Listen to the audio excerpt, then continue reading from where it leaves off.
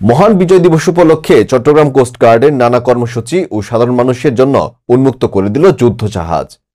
মোহাম্মদ এরশাদ চৌধুরীর রিপোর্টে বিস্তারিত। বর্তমানে এই প্রথম আমি জাহাজে করলাম, তা আজকে 16 ডিসেম্বর মহান বিজয় দিবস উপলক্ষে খুব ভালো লাগতেছে। আজকে ওনারা আমাদেরকে সুযোগটা দিচ্ছে, আসলে খুব আনন্দ লাগছে। প্রথম চিটাগাংয়ের মানুষ, এই চিটাগাংয়ের এই জিনিসগুলো আমরা কখনো দেখিনি। জীবনে কোনো সময় জাহাজে উঠি নেই, সেজন্য আজকে 16 ডিসেম্বর উপলক্ষে যে উদ্যোগটা নিয়েছেন কোস্টগার্ডের আঙ্কেলরা, সেজন্য অনেক কৃতজ্ঞতা জানাই। আলহামদুলিল্লাহ, তারা আমাদেরকে শিখিয়েছেন এখানে কি। মহান বিজয় দিবস 2024 উপলক্ষে জনসাধারণের জন্য জাহাজ উন্মুক্ত করেছে বাংলাদেশ কোস্টগার্ড। 16 ডিসেম্বর মহান বিজয় দিবস। প্রতি বছর এই দিনটি বাঙালি জাতি বিশেষভাবে পালন করে থাকে। দীর্ঘ 9 মাস রক্তক্ষয়ী যুদ্ধের পর 1971 সালের 16 ডিসেম্বর পাকিস্তানি হানাদার বাহিনী আনুষ্ঠানিকভাবে বাঙালি জাতির নিকট আত্মসমর্পণ করে। ফলে স্বাধীন ও সার্বভৌম রাষ্ট্র হিসেবে বাংলাদেশের অভ্যুদয় ঘটে। এ উপলক্ষে প্রতিবছর দিবসটি যথাযথ মর্যাদা ও ভাবগাম্ভীর্য এবং বিপুল উৎসাহ উদ্দীপনার সাথে পালন করা হয়।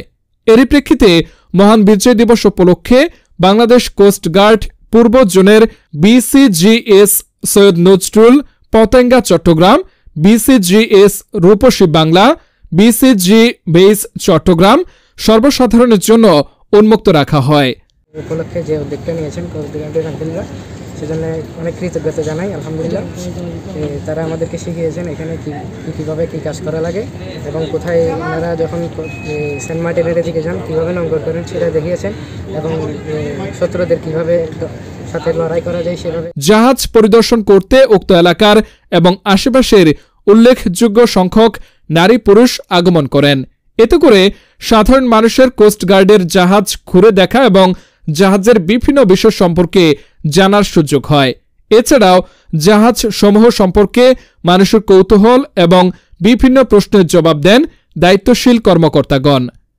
জাহাজের গভীর সমুদ্রে গমন ও উপকূলীয় অঞ্চলে টহল প্রদান, উদ্ধার ও অনুসন্ধান কর্মকাণ্ড, অবৈধ অনুপ্রবেশ ও চোরাচালান রোধ, জলদস্যুতা দমন, মৎস্য ও প্রাকৃতিক সম্পদ রক্ষা এবং যুদ্ধ কৌশল সম্পর্কে জানতে পেরে সকলেই খুশি মনে বাড়ি ফিরে এবং জনসাধারণের মাঝে বাংলাদেশ কোস্টগার্ড সম্পর্কে ইতিবাচক দিক প্রকাশ পায়।